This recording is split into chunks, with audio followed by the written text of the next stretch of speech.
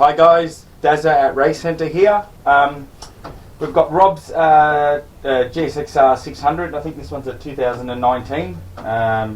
This one's actually an ex-ASBK bike, a pretty nice bike. Before I get into this job in particular, I'll answer a question we had on our YouTube because we had a comment about someone asking that they can see the inlet, the inlet air, the ram air fan that's feeding the airbox, but they were wondering why don't we run a cooling fan or no cooling fan. We definitely do run a cooling fan. You certainly don't want to be running bikes on a dyno without a cooling fan. We use the one fan. The fan we use here is extremely powerful. So we've got two outlets on it. One of it feeds the air ram and the other one directly feeds the cooling. So I'll show you how that works, but essentially it's just, we've got this other outlet here which will be hard to see from this view, but we've got this other outlet that feeds air directly, and because of the shape and aerodynamics of the bikes, feeds it directly over the guard and under the front end and straight. And the way that the guard falls away, it actually feeds the radiator and gets quite a lot of it. And you'll see from the video, the chucks that we've used, you can see that it's even getting airflow right at the bottom of the radiator, even though the wheel's in the way and that the fan is right at the top here. And it's because of the way the air flows that it's going to follow that contour of the mud guard, and they're actually designed like that for cooling.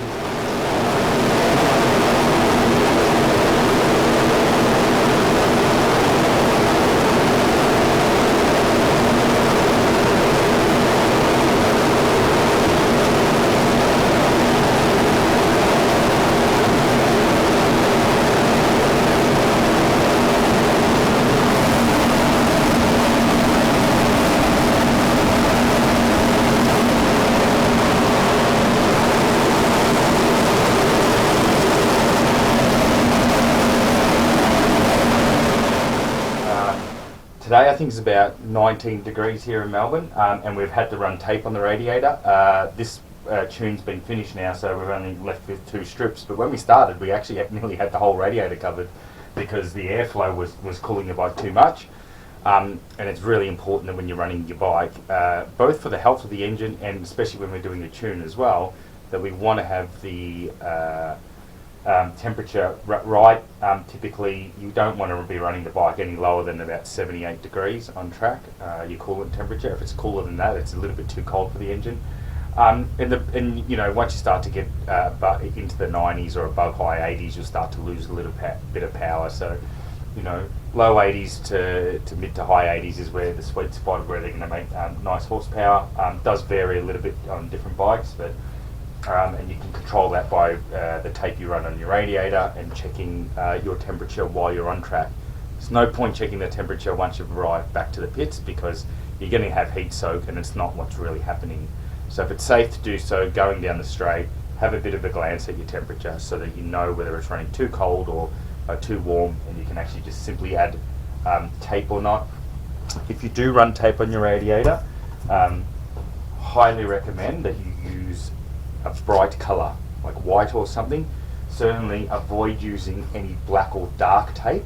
And the reason being is once you're at the track, it's quite, you've got all the fairings on, it won't be obvious that you've got tape on it. And say for example you go to a track a really cold day and then you don't go to the track for another 3 months and you forget about it and it's a warm day and you put your bike on the stand and you put your front stand in, you may not notice that there's black tape covering some of the radiator.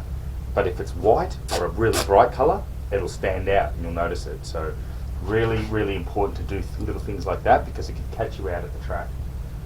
So yeah, just a bit on our fan. That cooling fan is pretty awesome. It's pretty wild. So yeah, we're all, like, even on warmer days, we're still starting tunes with tape on the radiator, and having such a powerful fan is awesome because it means we can be productive with the tune and we're not having to actually stop to let the bike cool down. Using the tape, we're getting the bike in the right area for its temperature. On this job in particular, this is a really, really nice bike. Rob bought a really nice bike, a proven ASBK bike, very fast. And he's ridden it a couple of times and loves it. He's going to be working with us, like he's an existing customer, bought the bike from elsewhere. He will be working with us, and then as he's got a bit more used to it, he's got a few questions and so on. So our process is bring it into the workshop. You know, like you can see that there's initially the motivation to say, hey, everything's really good, I just need some help at the track. Maybe bike's running wide or whatever the case may be, and just wanting not to bring in the workshop to save a bit of money, and just getting some help at the track. But as we advised him, you know, that's making our job extremely difficult because it's a bike we don't know at all. And then we're going to the track and we're going to try and troubleshoot it. And the track's not really the place where you're doing all your base work. So he's ridden it a few times. We've said, get it in. We've checked things like valve clearances just to be sure, because it is still a bit of an unknown. Valve clearances were great. Went over the bike, gave it a good general service. We also looked at all the suspension setup. Setup was pretty good. We have changed the setup a little bit. We've changed it more to what we do in terms of setup, because it's the philosophy that we work with, and we'll find it a lot easier to progress with Rob, knowing that we're using our base concepts rather than somebody else's. That said, it's great that he's had some baseline riding on it, because if he gets on it and doesn't like what we've done, then we know what to go back to. However, I'm pretty confident that he'll get on it and like what we've done with it. And the previous setup was really, really great, but we've just tried to make it a little bit more user-friendly. This bike came from a top-level rider, and sometimes the way that a top-level rider will set up their bike might be a little bit more difficult for someone who's not quite at that level. So we've got it into a nice base window, we've done the suspension setup, and then part of the normal process that we do is when we're doing valve clearances, is being a track bike, we fully load test the bike on the dyno to make sure that there's no leaks. The last thing we want to do is do a heap of work on the bike, take it to the track, and then there's an oil leak or something like that. It's a wasted day, wasted time, then it's going to come back. So we do a load test. This one's come up beautifully. Bricks did an awesome job, no leaks. And while we've got it on there, again, being a bike that we didn't build initially, we just do a tune assessment. The tune on this bike was really, really good already, especially at the bigger throttle positions. At the smaller throttle positions, it was, we could tidy it up a little bit, probably was a tiny bit lean. And not that it's going to hurt the motor, just hurts a little bit of drive. And when you have a look at the graphs in the smaller throttle positions, you can see, like I described in another video, it's not just about chasing AFR numbers and power numbers. You can see that at the same static throttle, that the bike's actually in the lower throttle positions carrying more revs because it's healthier, it's fueled properly, and it can rev out a little bit more, which is a great sign. So the improvements in the tune aren't massive because it was already pretty good. It's just on the roll on and then a little bit of mid-range that it will be a little bit better now. And particularly having, you know, the good ram air in there. Other thing that we picked up on the job, this particular one has a Woolwich tune in it, and a Woolwich quick shifter. Felt that the shifts were a little bit abrupt, not too bad, a little bit abrupt, so we've gone in and modified the settings to make the shift a bit smoother, and then that's a little bit better for the gearbox. So it's come up great.